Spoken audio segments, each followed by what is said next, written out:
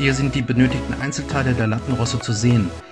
Das sind 35 Federholzleisten, 17 für den feststehenden Lattenrost und 18 für den variablen Lattenrost.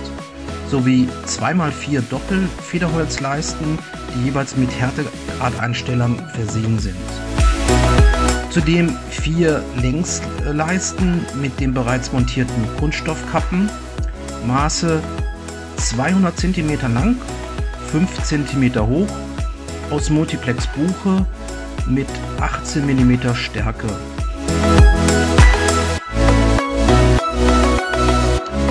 Und 4 Querleisten für den variablen Lattenrost.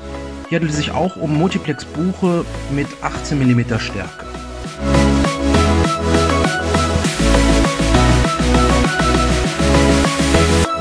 Die Montage beginnt mit dem feststehenden Lattenrost. Die rückwärtsseitige Längsleiste habe ich hier bereits mit der Wand und dem Staubkasten verschraubt. Es ist hier auch die Befestigung der einzelnen Kunststoffkappen an der Längsleiste zu sehen. Eine einfache Schraube 3,5 x 18 mm reicht völlig aus. Die Kappen der Doppelfederholzleisten habe ich jeweils mit 3 Schrauben befestigt. Nur zur Montage des variablen Lattenrostes. Hier sind die Einzelteile des Rahmens zu sehen, die beiden Längsleisten mit den Kappen und die 4 Querleisten.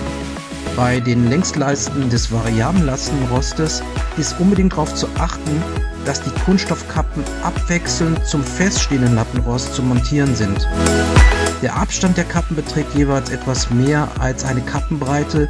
Ich habe zwischen 0,5 bis 1 cm Puffer gewählt.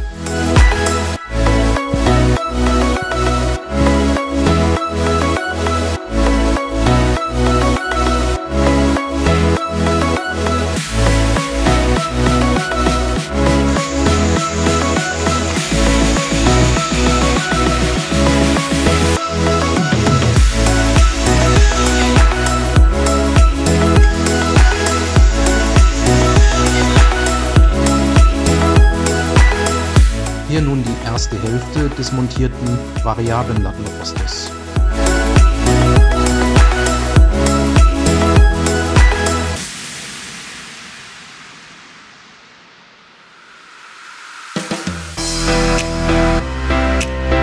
Und nun zusammen mit den zurechtgelegten Federholzleisten des feststehenden Lattenrostes. In der Mitte seht ihr die doppelten Federholzleisten mit der Härtegradeinstellung. Aufgrund dieser doppelten Stärke musste ich in der Längsleiste des variablen Lattenrostes Aussparungen einfräsen.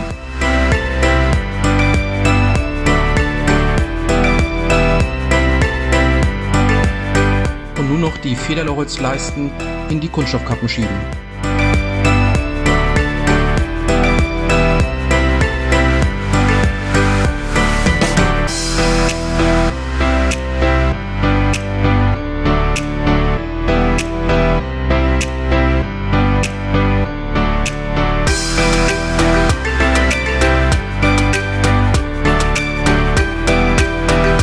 Bei der vorderen Längsleiste des feststehenden Lattenrostes musste ich Aussparungen vorsehen.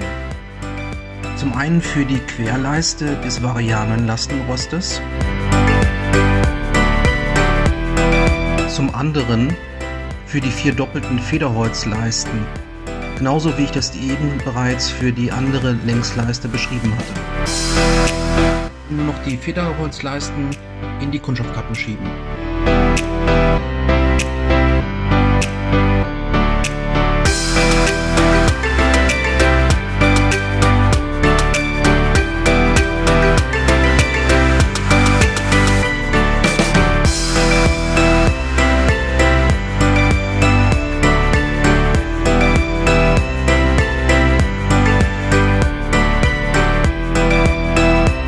Sieht man nochmal den Grund für die Aussparung für die doppelten Federholzleisten.